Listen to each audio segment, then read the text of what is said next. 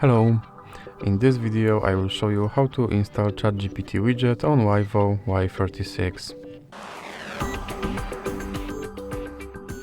So you have to start with opening your Google Play Store and now click on search bar and type in Wally AI and click search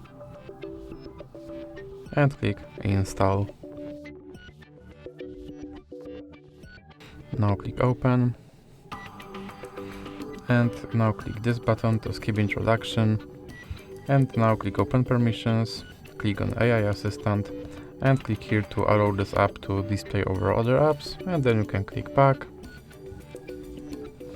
and click back again, and now you can click start, and here is your ChatGPT widget, and you can open him and tell him to do something.